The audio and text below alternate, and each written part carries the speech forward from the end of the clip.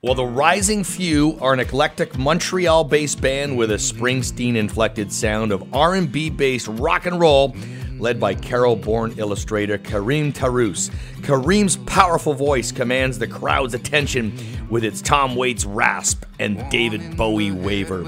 A wave of infectious, thrilling good feelings comes through the band's music as they deliver a heart-wrenching, fully emotional rock show while trading solos that feel like good friends just having a good old jam session. Today on the SCM Podcast Show, an exclusive for Canadian Beats, I catch up with Karim to find out what's new with the Rising Few. This podcast is exclusive to Canadian Beats magazine. Check it out at canadianbeats.ca. All right, I enjoy doing these exclusively for Canadian Beats, and I like doing these interviews with people that I like and that I know and that I've met before. And ironically, and Karim, maybe you can shed some light on this, but we first connected, I think, when I had a radio show on Max Inc. Radio with Bobby Rock, and I can't remember if you just sent us music at the time, but I remember playing a couple of your songs, and we ended up talking, I think, on the radio. Big Boy Games was the one that sticks out to me. And I think shortly after that, we chatted with you, right? But I don't remember. We connected, I think, through Facebook. I don't know. 100%. That was a connection through my publicist for Big Boy Games at first. And then we started bumping into each other every year in Toronto. Right, at Canadian Music Week. Yeah, Canadian Music Week. So you've been going now for a while, and I remember a couple of years ago, maybe 2 or 3, and at the time I don't think you were playing at Canadian Music Week, but you have the last couple of years, I think, if I'm correct. And I remember you just saying to me, I got to come here and learn and meet people, and here you were coming from Montreal and spending quality time. So let's talk about that in a sense, that, you know, how important it is for you as the artist to get in front of all the people in the music community, right? Especially at Canadian Music Week. 100%. This is like, Canadian Music Week is like Christmas to me. This is like my favorite time of the year, and I'm just like a kid in a candy store when it's going on in Toronto, and love just taking a train, going there, waiting for my band to come and showcase. But meanwhile, I just go and kind of scan the whole city and scan the whole scene and the industry being there, and just love being there. And the amount you learn every year is huge. And now that you pointed it out, I remember you were there for the conference, and you had said to me that your band was coming down because you guys were doing a showcase. But you were taking in everything, like, and what do you look for when you're down there? Like, I mean, there's so many different things, from live touring to digital media to you name it. Is there things that every year kind of changes for you when you say, you know, I'm going to go and kind of learn about this now? Well, yeah, the funny thing is that you go the first year and you just take in whatever you can take, and then you go the second year and you know a little bit more of what you want, but you still take in everything. But by the third year, you're just going in and you start hearing like, hello, Mr. Karim. Oh, this is Karim Terouz from the Rising Music. They start knowing your name. Right. And that's when it starts to get interesting, because you've learned, like, you started to know what you didn't know, but then with more visits and with more and kind of with more discovery, you start to really start learning what you didn't know, what you knew you didn't know, and that's when it just starts to get interesting. So let's go back a little bit further than Toronto, and let's go back to Cairo in Egypt. And so you're in Egypt, you live there at 25 roughly, you go to Montreal. Why did you choose Montreal as the place to go to take on the arts? And give us a little bit about kind of the background, why you had thought about that. Wow. Well, it's really simple. At first, you just wanna leave because you just want it to go. You like, you know, when you gotta go, you gotta go. You just wanna pack up and leave, and you don't know exactly why. It turns out that you just want to decompress, and when you do decompress for like a couple of years, then it hits you. Oh, I'm here to do this, or I'm here to do that. So I came to Montreal around 2008, and all I knew at that time was I just wanted to, you know, take the time to live my kind of my the end of my teenage years and live out my youth in a way I did not live it in Egypt.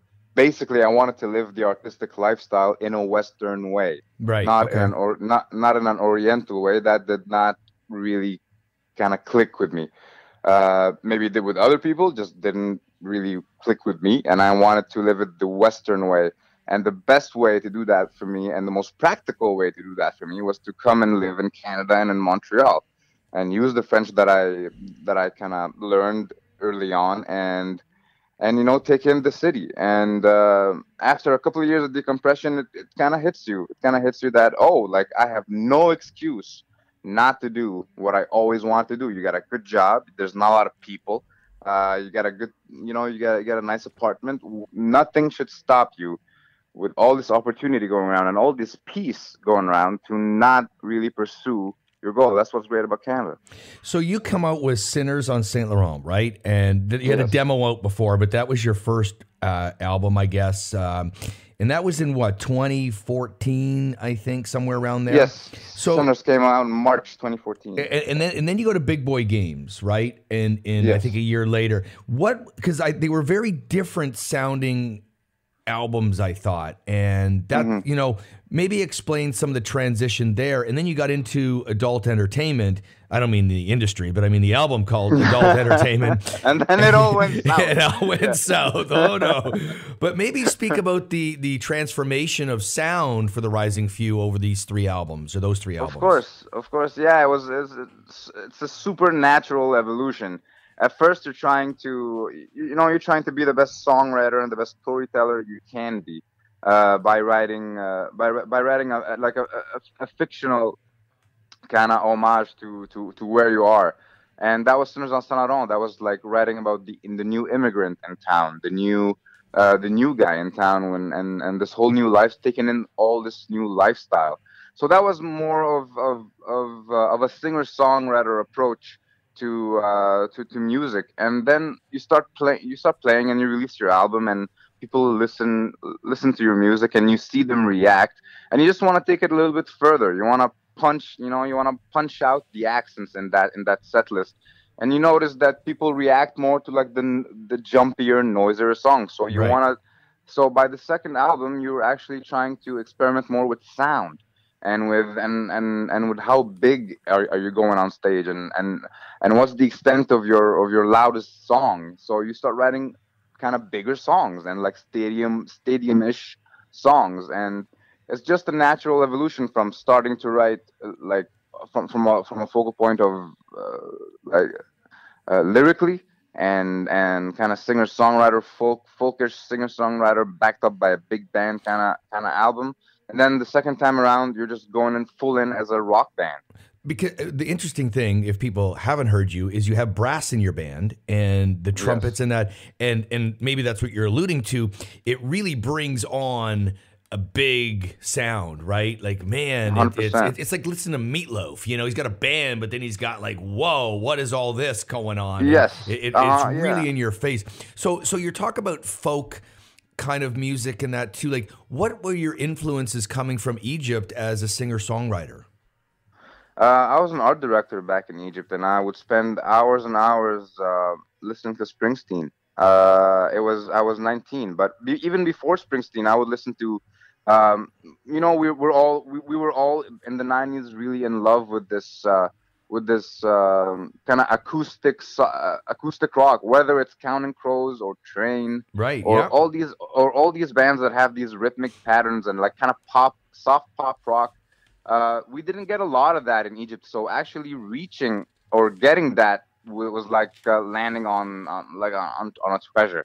So I had a huge collection of all these kind of acoustic rock bands, and then you discover Springsteen, and it ends there. You're just not listening to anything else but every single album and phase Springsteen went through.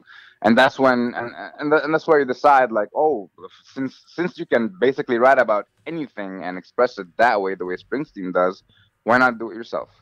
It's funny, Bruce Springsteen to me, because I was a kind of 80s rock guy that I liked the hair rock and, but Springsteen was the blue collar guy, right? It wasn't about big hair and fancy makeup as an artist. And he was just raw, but man, I think everybody resonated with some part of Bruce Springsteen. And whether it was the old Bruce Springsteen days or whether it was the Born in the USA or something that he did, every person, I swear, says, I took something from that. Well, it's basically him. Like it hits you because you've been listening to all these bands and all this music, and you're thinking, oh, the rock stars, oh, they're superstars, the music. But then you listen to Springsteen, and it hits you in a different way. It hits you in a way that you say to yourself, God, this guy just really went out and said, I must be felt. He's like a human being. It's like listening to a human after having been listening to all these rock stars and like untouchable kind of entities. Right. But then suddenly you're listening to somebody who could have been a guy on the street. You're working on construction, or a guy like handing you like a pizza as a delivery guy. It's a different reality that hits you, and then suddenly you realize that, oh, I can sing songs like that, and oh, I can write about this, and just how he went out and decided that I must be felt. Right. That's what it really comes and hits you, and you start envying and kind of wanting to have that same power. A few other things here. You have an event, or you're playing an event happening March the 11th and the 13th, one being in Montreal, one being in Ottawa, with a very big band from Egypt. I'm going to say this again, Massar Egbari. Am I close? Massar Egbari. Egbari, yeah, okay. And they have Arabic. They're an Arabic band, right? So how did you connect with them? And tell us about this event and what it kind of is going to mean to the Rising Few. Well, honestly, it's and every front man or every band manager should listen to that. It all came from that same intention of being at Canadian Music Week and being there with an open mind and schmoozing. This was just that.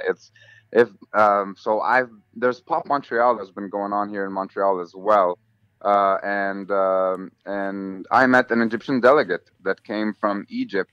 And that was very interesting for me because I did not know that person before, and that delegate just turns out that they handle like the 5 biggest bands out of Egypt. And when I say big bands and Egypt, it's not like it's 2 million followers each, right? Yeah, minimum.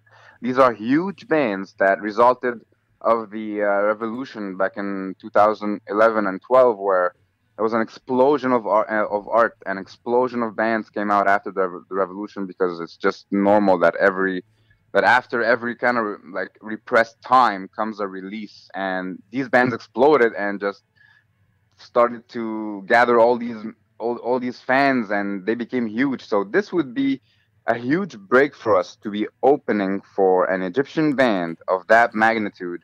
And it kind of reconnects me again with my past, and kind of goes full circle and tells me that maybe I'm on the right path. Maybe I'm doing the right thing.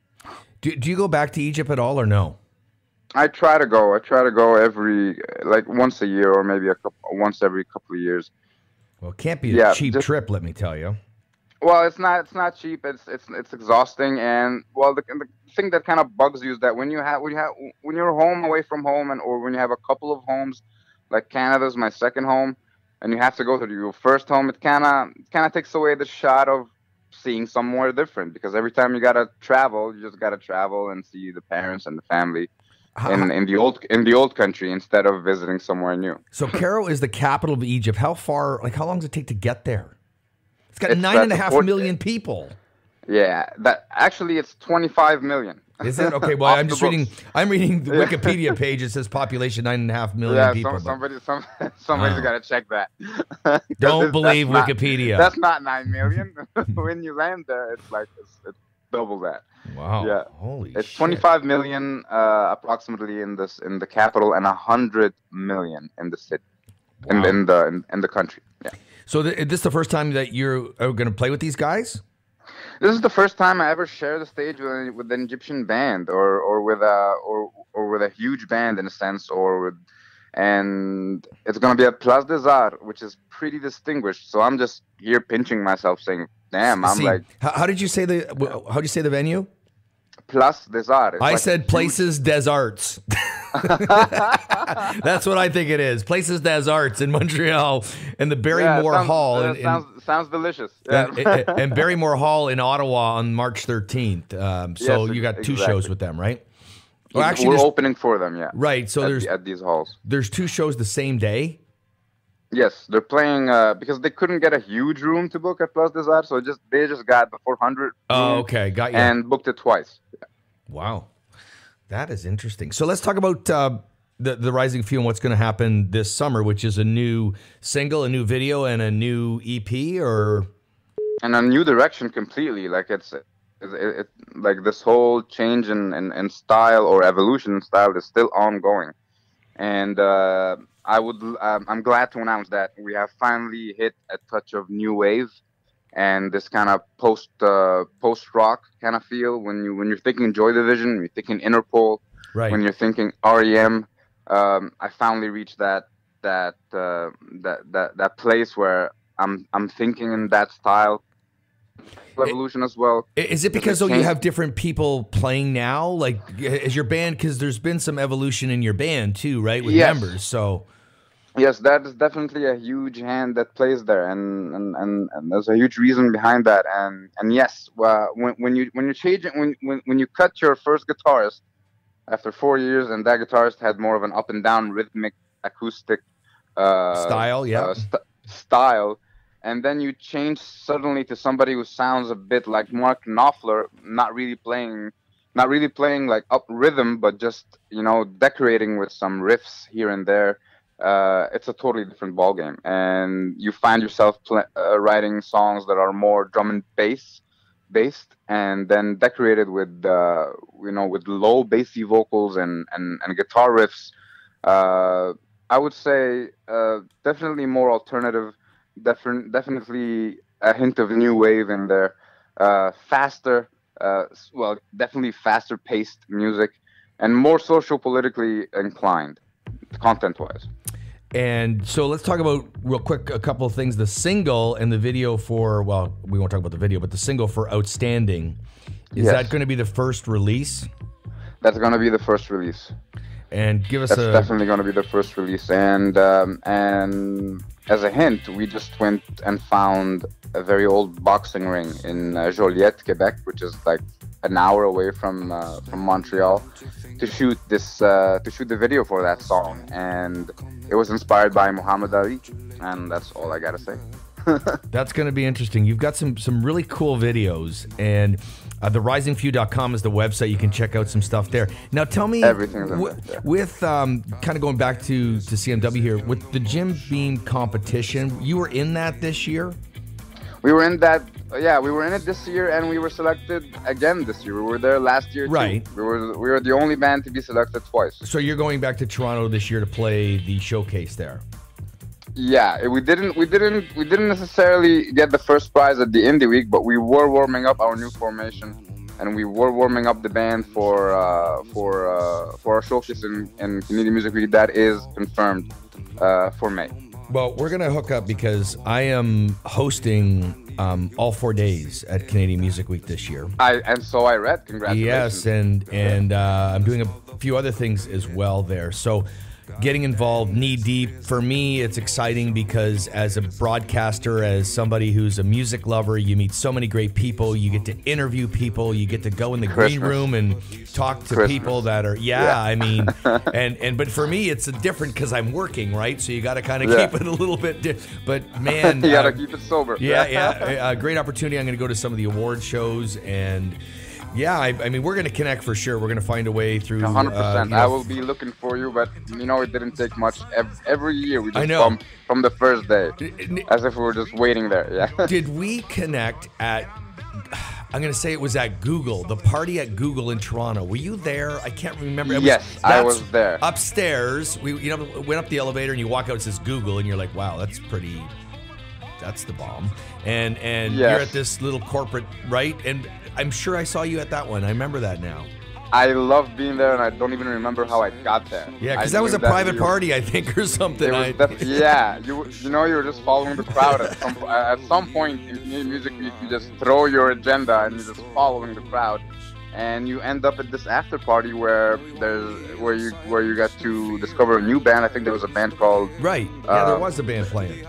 Yeah, there was a band from it was from a label called Banner Alone Records. Yes. And I was just blown away by this band just suddenly making an appearance and playing there. I can't remember the name. I think it's Dakota something. But yeah, anyway. they were really good. I remember. I know Dynalone Records well. In fact, tomorrow, filming television, I have an artist that's on the Dynalone label coming in to the studio, a guy by the name of Spencer Burton. So great label, and those events are just killer. Before I let you go, before I let you go here, you've done so many things right. You got a great website, you got some great songs, you got great energy, you do all the right things. What advice would you give to somebody who says, listen, I'm really kind of confused and lost in this world of music right now, and I need to find, the right things to do? What would they be? Is it utilizing social media? Is it making sure you have a website? Is it just playing fucking everywhere? Like, what kind of advice would you give to a young artist, let's say in their late teens, early 20s? Well, I would say just stay in the game. Align yourself to everything that is happening. Even if you don't know much about it, just align yourself to it. And it will end up, happening. It's that simple. Stay in the game and show up. You got to show up, whether it's a show, whether it's a conference, whether it's a little business panel, whether it's anything related to music. Just show up, and the rest will happen. You cannot procrastinate. You cannot think, oh, I don't need this because I want to focus on that. You got to just show up at anything related, and this will give you the hint for your next step. I agree 1,000%. I've been using that hashtag show up a lot because I've noticed for me and what I'm doing and what I want to do in my career and in broadcasting and in television and radio and all that, you just got to be there. You got to talk to people. I do a ton of these interview podcasts because I'm learning from you. I get to expose new artists. I get to, be on platforms like Canadian Beats, like so many others that people pay attention to and say, you know what, who's that guy? Maybe I should talk to him as well. So it works for an artist like you, and it works for somebody like me on this side of the microphone. And I totally agree. It's just show the hell up. Yeah, this kind of industry is tough because it depends on your energy. Absolutely. It's just that simple. It just depends on it's not something that's going to happen with you not being there. You have to be there. You have to show up. Absolutely. Listen, Karim, it's always a pleasure. I really look forward to seeing you in May. TheRisingFew.com is the website. Make sure you check it out. I appreciate your time, sir. Thank you, Shane. Thank you so much. It's always an honor and a pleasure. Thanks for listening to this podcast.